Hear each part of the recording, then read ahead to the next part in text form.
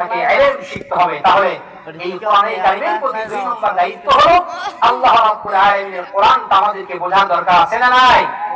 এই কোরআনে কারিমের প্রতি ৩ নম্বর দায়িত্ব হলো যা পড়বো আর যা বুঝবো তা দিয়ে নিজের ব্যক্তি জীবন, পারিবারিক জীবন, সামাজিক জীবন, রাষ্ট্রীয় জীবন, আমার অর্থনীতি, আমার সমাজনীতি, আমার রাজনীতি, আমার গোটা জীবনে যা কিছু প্রয়োজন সব কিছু এই কোরআনে কারিমের মধ্যে আছে না নাই?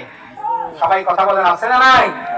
আমি কেমনে চলবো, কি করব, দৈনন্দিন জীবনের শুরু থেকে নিয়ে শেষ পর্যন্ত আমার ভাইয়েরা সব কিছু এই কোরআনে কারিমের মধ্যে আল্লাহ তাআলা দিয়েছেন।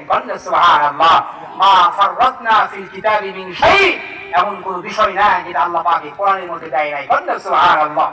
আমার ভাইয়েরা, এজন্য আসেন আল্লাহ রাব্বুল আলামিন আমাদের সকলকে কোরআন কারিমের প্রতি এই ৩টি দায়িত্ব বুঝার এবং এই অনুপাতে আমল করার তৌফিক দান করেন। সকলে করেন আল্লাহুম্মা আমিন।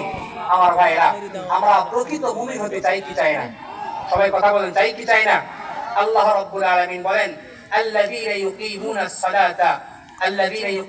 সালাতা ওয়া মিম্মা রাযাকনাহুম ইউনফিকুন। আল্লাহ পাক বলেন প্রকৃত উলাইকা হুমুল মুমিনুনা হাক্কান লাহুম দারাজাতুন ইনদা রাব্বিহিম ওয়া মাগফিরাতুন ওয়া রিজকুন কারীম। আল্লাহ পাক বলেন প্রকৃত মুমিন হলো তারা যারা প্রত্যেকটা মুহূর্তে